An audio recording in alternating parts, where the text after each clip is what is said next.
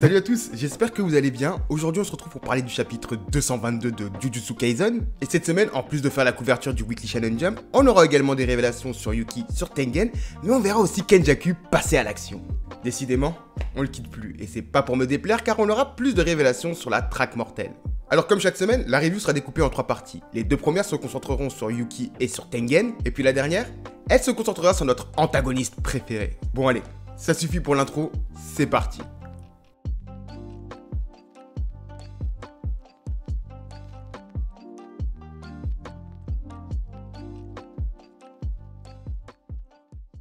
Alors, comme j'ai pu le dire en intro, la première partie va se concentrer sur Tengen et son refus d'assimiler le nouveau plasma stellaire. Et bien que c'est quelque chose qui va se préciser dans ce chapitre, eh bien on avait déjà des informations sur le sujet lors de l'arc du passé de Gojo et au début de la traque mortelle.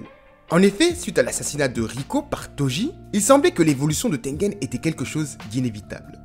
Cependant, c'est quelques temps après cet incident que nous apprenions de la bouche de Yuki qu'un nouveau plasma stellaire était apparu, ce qui semblait avoir résolu la situation. Et cela est plutôt logique. Rappelons-le, Tengen avait indiqué que dans le passé, Kenjaku était parvenu à tuer le 6e œil et le plasma stellaire. Cependant, ces derniers étaient de nouveau présents dans ce monde le jour de l'assimilation, ce qui nous permet de faire le lien avec son apparition soudain, quelques temps après le décès de Yuki. Et c'est d'ailleurs dû à ces événements que c'était assez surprenant de voir le personnage sous cette forme, d'autant plus qu'il va éclipser l'information lors de sa rencontre avec Yuji et avec les autres exorcistes. Mais cependant, il est important de noter que c'était une information qui n'avait pas échappé à Yuki. Mais bref, quoi qu'il en soit, ce chapitre va nous donner plus d'informations sur ce sujet. En effet, dans sa discussion avec Yuki, on apprendra que c'est Tengen lui-même qui a refusé de s'assimiler avec le nouveau plasma stellaire. La raison principale de ce refus, c'est le fait qu'il n'avait aucune garantie qu'en évoluant, il deviendrait quelque chose de néfaste pour l'humanité. Et concernant sa conscience, eh bien ce dernier nous apprend qu'en cas de dérive, il pourrait toujours utiliser la technique de barrière pour l'empêcher de s'étendre au-delà de son corps. Et je dois avouer, ici, il s'agit de quelque chose de nouveau. Jusqu'ici, les barrières étaient plutôt définies comme l'extension de l'espace vital de son utilisateur. Et celle de Tengen, eh bien elle agit plutôt comme un rideau classique car elle empêche les fléaux de sortir du Japon. De ce fait, on aurait pu s'attendre que la technique permette à Tengen simplement de limiter sa conscience au Japon, mais apparemment, ça lui permet de la contenir dans son corps. Bref, quoi qu'il en soit, c'est ici qu'on va s'arrêter pour la première partie. Une partie assez courte, mais ça nous permettra de développer plus en profondeur les prochaines. Alors, dans cette partie, on va plutôt aborder en profondeur l'ancien rôle de Yuki. Et cette semaine, eh bien on apprend que c'était un ancien plasma stellaire. Oui, c'est un choc et ça amène pas mal de questions. Mais je vous propose de vous appuyer sur le chapitre pour aborder le sujet. En effet, alors qu'on verra l'exorciste s'énerver et s'emporter sur Tengen, dernière révélera qu'elle était elle-même un plasma stellaire. Et cette révélation, bien que surprenante, prend du sens dans son rôle dans l'œuvre et surtout son objectif. Lors de l'arc du passé de Gojo, cette dernière avait expliqué avoir pour objectif d'éliminer toute trace de fléau en faisant maîtriser à l'humanité l'énergie occulte. Et bien que je ne doute pas que cet objectif avait pour motivation d'éliminer la menace que représentaient les pensées négatives au Japon, ici le chapitre nous donne plus de contexte sur cette initiative. En effet, bien plus qu'un plasma stellaire, ce chapitre nous montre que Yuki a la capacité d'entendre les personnes qui ont été assimilées par Tengen. Et c'est d'ailleurs pour cette raison qu'elle est révoltée contre lui. Que Yuki refuse de révéler les paroles de ces anciennes personnes assimilées à Tengen, jugeant encore une fois ses actes passifs, et que la discussion ne mènerait jamais à quelque chose de concret. Et cela renforce son objectif qui est d'arrêter complètement ce processus, et pour cela, elle aurait même pu s'allier au culte astral. Alors cela est bien conditionnel. Rappelons-le, l'objectif du culte astral c'était d'empêcher l'assimilation en tuant le plasma stellaire, et ceci est également contraire à l'objectif de Yuki. Et bien qu'aujourd'hui on peut le dire son objectif est accompli, Tengen n'assimilera plus de plasma stellaire, ce qui la révolte ce sont les raisons qui sont avancées par ce dernier et qui reflètent une sorte de passivité. En effet, d'après ses justifications, eh bien ça relève plus de la passivité plutôt qu'une réelle volonté de vouloir changer les choses.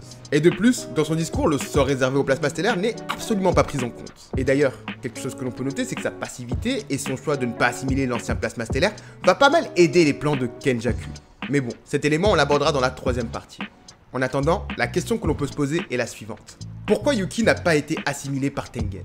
Alors ici, on ne peut que théoriser car on n'a pas réellement la réponse dans l'œuvre. Et pour moi, les pistes que l'on peut explorer sont les suivantes. La première, c'est que le processus n'a pas fonctionné. Et la seconde, eh bien c'est peut-être en devenant exorciste et en étant au contact des fléaux qu'elle aurait perdu son statut. Et cela pour expliquer pourquoi le lycée de Tokyo la voit si mal, parce qu'elle n'aurait pas exécuté sa mission et qu'elle aurait mis en péril l'évolution de Tengen. Et ce serait uniquement grâce à son rang de classe S qu'elle aurait toujours une petite légitimité. Ou sinon, eh bien on aurait pu explorer la piste comme quoi elle a refusé ou que quelqu'un l'a aidé à s'enfuir, un petit peu à l'image de Geto et de Gojo, mais cela n'expliquerait pas pourquoi elle a perdu son statut car elle parle bien d'être une ex-plasma stellaire, mais ça expliquerait pourquoi elle cherche à arrêter le processus. Bref, ici ce sont juste des pistes de réflexion, et d'ailleurs n'hésitez pas à proposer les vôtres dans l'espace commentaire. Et quoi qu'il en soit, maintenant qu'on a abordé ces éléments, eh bien je vous propose de vous plonger dans la troisième partie, celle qui va aborder le cas de Kenjaku. Alors que la semaine dernière, on avait évoqué le plan de Kenjaku qui était de préparer l'assimilation via la traque mortelle, eh bien cette semaine, on le verra complètement passer à l'action. D'ailleurs, on a même des explications sur son plan final, et je dois l'avouer, il est démentiel. En effet, via une discussion avec Chozo, l'exorciste va de nouveau expliquer l'objectif de la traque mortelle qui était d'optimiser l'énergie occulte. Et on peut imaginer qu'avec les combats qui ont été menés jusqu'à présent, et maintenant l'intervention probable des forces armées, eh bien tous ces éléments ont permis à l'exorciste d'accomplir sa première étape. Ainsi, c'est en ayant cela à l'esprit que Kenjaku affirmera que la traque mortelle a rempli son rôle et qu'il est désormais temps de passer à la prochaine étape qui est l'assimilation de Tengen avec la population japonaise. Encore une fois, pendant sa discussion avec Chozo, on en apprendra plus sur le plan de Kenjaku et celui-ci est de créer une autre forme d'énergie qui serait supérieure à l'occulte. Et ceci explique complètement les expériences qu'il a menées dans le passé.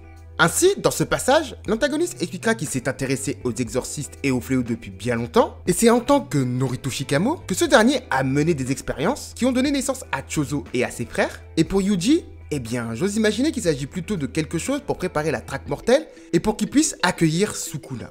Mais bref, comme ce dernier l'expliquera, le résultat de ces expériences n'était pas à la hauteur de ses attentes. Et c'est pour cette raison qu'il a changé son fusil d'épaule et qu'il a préparé la traque mortelle et également tenté à multiples reprises d'empêcher l'assimilation du plasma stellaire par Tengen pour pouvoir se servir de lui pour créer une nouvelle source d'énergie concentrée comme le monde de l'exorciste ne l'a jamais connu. Et cette nouvelle source d'énergie, eh bien, elle rassemblerait la puissance occulte de milliards d'individus, ce qui permettrait de donner naissance à un fléau surpuissant, fléau que Kenjaku absorberait pour en extraire la force via sa technique Uzumaki. Et d'ailleurs, juste détail comme ça, j'ai trouvé la mise en scène assez marrante de les placer dans une salle de cinéma, un élément qui pourrait nous montrer l'attrait de Gege Akutami pour le monde cinématographique. Et bien cette explication, on comprend enfin ce que veut faire Kenjaku, sachant qu'on n'a pas toutes les réponses à nos questions. Et d'ailleurs, je pense qu'il est important d'aborder le rôle de Toji et de Tengen dans le plan de Kenjaku. En effet, il nous avait été précisé que le sixième œil a toujours été un obstacle pour l'antagoniste. Cependant, l'apparition d'une personne qui échappe aux règles de l'exorcisme, mais également du commun des mortels, eh bien ça a été un facteur plutôt bénéfique pour Kenjaku.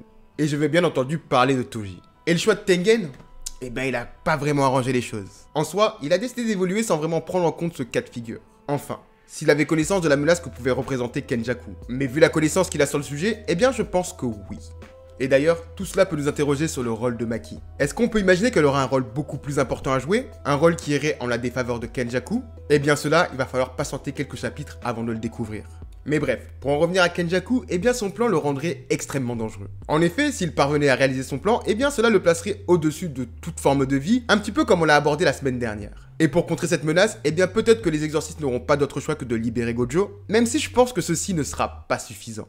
Mais bon, quoi qu'il en soit, il va falloir patienter quelques chapitres avant de découvrir le fin mot de cette histoire. En tout cas, on arrive à la fin de cette review. Si vous l'avez apprécié, n'hésitez pas à mettre un petit pouce bleu, à commenter et à vous abonner. Bref, vous connaissez et je vous fais confiance. Le moins qu'on puisse dire, c'est qu'en ce moment, les chapitres nous régalent d'informations. Et comme chaque semaine, j'ai hâte de voir la suite. Mais en attendant, comme d'habitude, eh bien, portez-vous bien et puis je vous dis à très bientôt.